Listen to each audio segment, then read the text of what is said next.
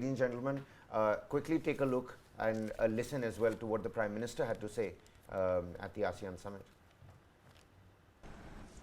Rashtrapati Widodo, Your Majesty, Excellencies, नमस्कार। हमारी partnership हमने चौथे दशक में प्रवेश कर रही है।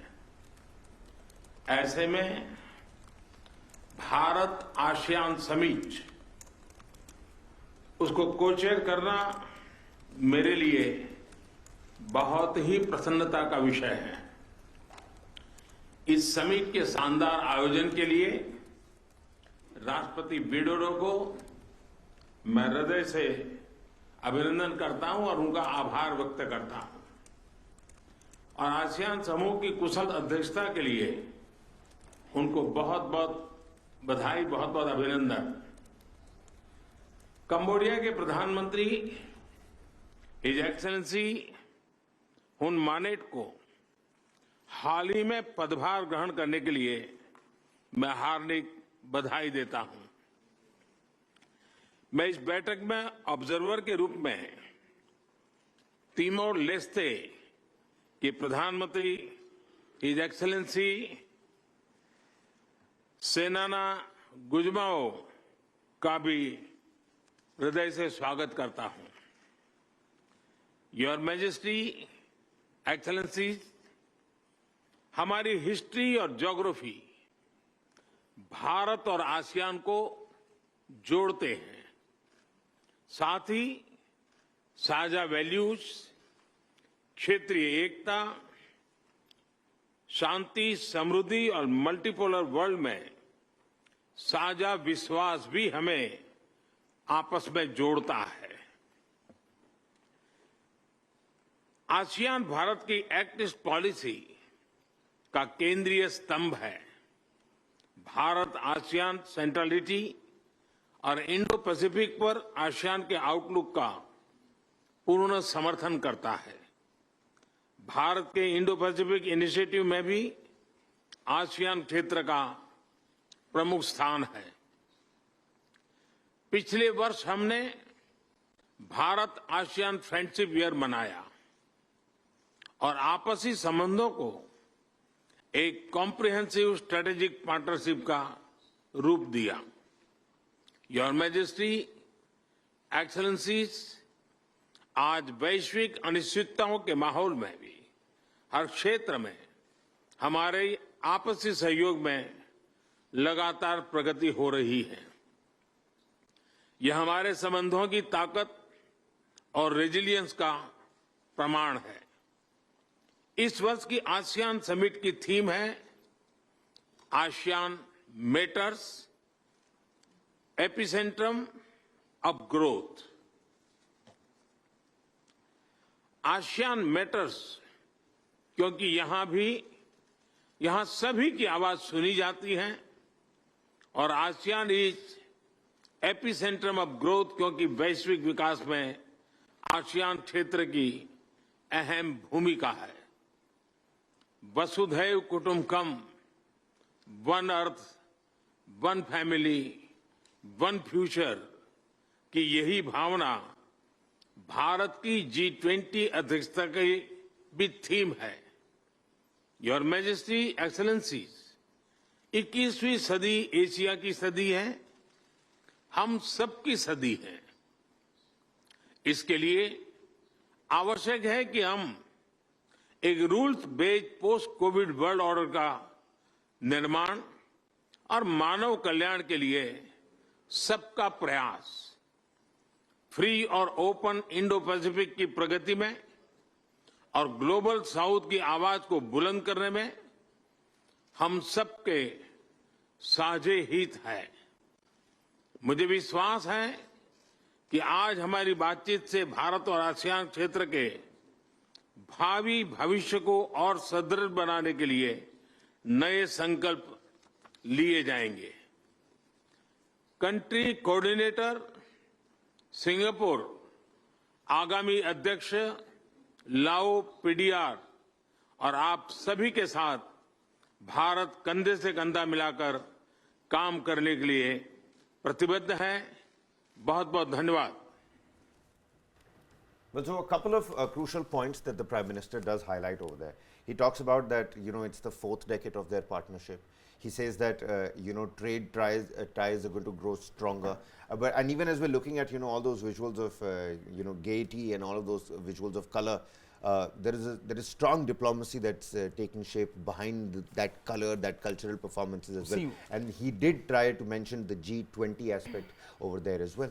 Well, the thing about is that look east policy was conceived, from the time of Vajpayee itself. So the idea has been that it has been continued even under Manmohan Singh. The idea has been that India, which already has cultural engagements with these countries, deepen their economic ties, and as he rightly pointed out, culture and geography unites us. So there are trade routes that connect us with the Southeast nations, and most of them were known as Asian tigers. They have a good, robust economies as such, and we can explore a huge amount of trade only in this area as well.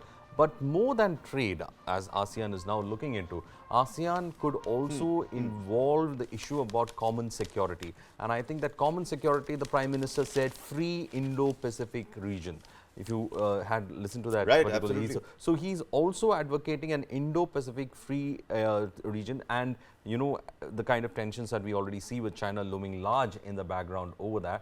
But the fact remains is that in ASEAN, India has also raised the issue about security. But we are still continuing with our look east policy, and probably at the first region that would benefit if things fall well with ASEAN would be our northeastern states. And northeastern states will become the connecting, bridging point between India as well as the ASEAN states. It has been a dream that's been there, but till now it's not been achievable. Right, you're absolutely right. And, Nancy, also give us an understanding of, how, even as we're looking at Joko Widodo welcoming the Prime Minister, today the youngsters are so fond of India's foreign policy. They enjoy listening to Dr. S. Jaishankar, giving it back to the Western media. I mean, like, it's every other day I see a reel or I see a tweet or I see something trending about S. Jaishankar, like, fiery comment by him. So I get, like, the youth is so much into it, and we are understanding. So these foreign relations are, they were not that much important to us before. I think it's just a trend right now that we are so interested that everybody knows that PM is visiting Indonesia, PM state visit to US. It was a big deal for everybody, and we are following it by then, because now we are also understanding the ties, the geopolitical ties. We are physically so proximate. The physical proximity between these nations are seen with India is so important, but because we have never explored that relations, we have never explored that ties with these nations, I think that has given China an upper hand always. And our northeastern country, just like a northeastern state, they have been avoided. That is, I think it is very important. So like PM Modi scheduling this meet ahead of G20, and Indonesia also taking a step forward because towards the Prime Minister could have skipped it, but he did not skip it.